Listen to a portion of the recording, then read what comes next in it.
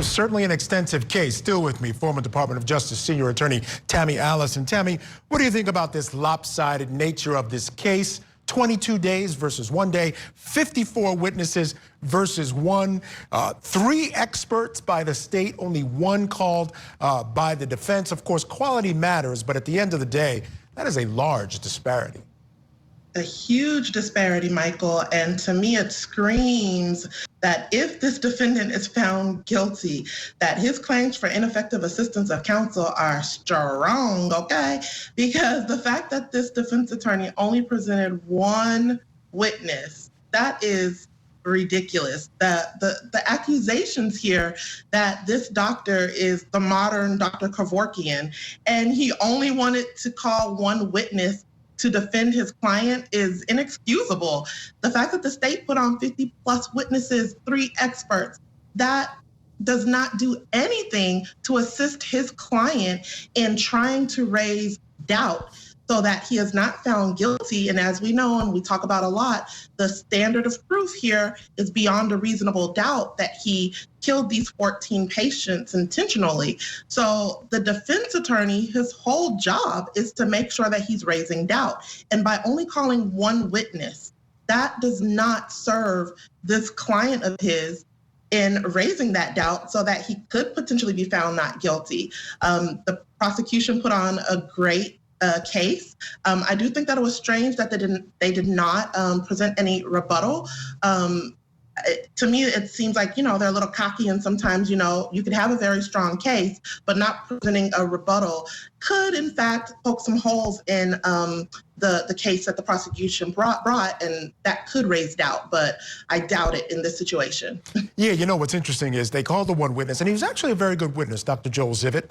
He talked about the reasons why you may want to over-medicate or medicate more than what might look prudent to some other doctors when you're dealing with end of life. He was very effective until, of course, on cross, something very interesting was brought out, that even though he was giving those opinions in court, he had written an article with the exact opposite opinion. Let's take a quick look at that. Doctor, showing you State's Exhibit 63, the article that you just identified that you authored, titled, "Anesthesia Does Not Reduce Suffering at the End of Life." You did write this letter to the editor? I did. And it starts that it is addressing an article, Billings, and then it's cited 1 with this reference 1. Is that correct? Yes. And in this article, it reads, "Anesthetic unconsciousness is not sleep. It is not restful nor natural." Did you write that? Yes. It also reads, "The suggestion that anesthesia reduces suffering at the end of life is speculation only." Did you write that? Yes. Doctor, showing you State's Exhibit 64, it reads, "As a doctor and expert witness against the use of lethal injection for execution in America, however, I am quite certain that assisted suicide is not painless or peaceful or dignified. In fact, in the majority of cases, it is a very painful death." Did you write that? I did. Of course, we're not talking about assisted suicide. Hold on. Here. Doctor, you also wrote, "Advocates of assisted dying owe a duty to the public to be truthful about the details of killing and dying. People who want to die deserve to know that they may end up drowning, not just falling asleep." Did you write this? I did. Thank you. All right, fairly effective there by the prosecution. Love to get your thoughts on that. Bars, the prosecution got him. He tried to clean it up. That's as closest to a gotcha moment that you're going to get in court. It's unbelievable. There are ways, and I think a little bit later, Baez went up and redirected and sort of cleared up some things, but still, just damaging stuff. That's why the prosecution was like, we good, Judge. We don't need a rebuttal, okay? That was their rebuttal. That's why I played it there. It's bad. This defense attorney is just, come on now, ineffective assistance of counsel. I don't know what else to say here. That's not a good look.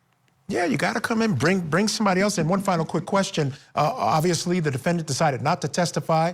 I thought that might have been helpful in this case to explain his actions. The state didn't provide a motive. They don't need to, but you'd like to know why he would do this. Any thoughts on the decision not to take the stand here by the defendant?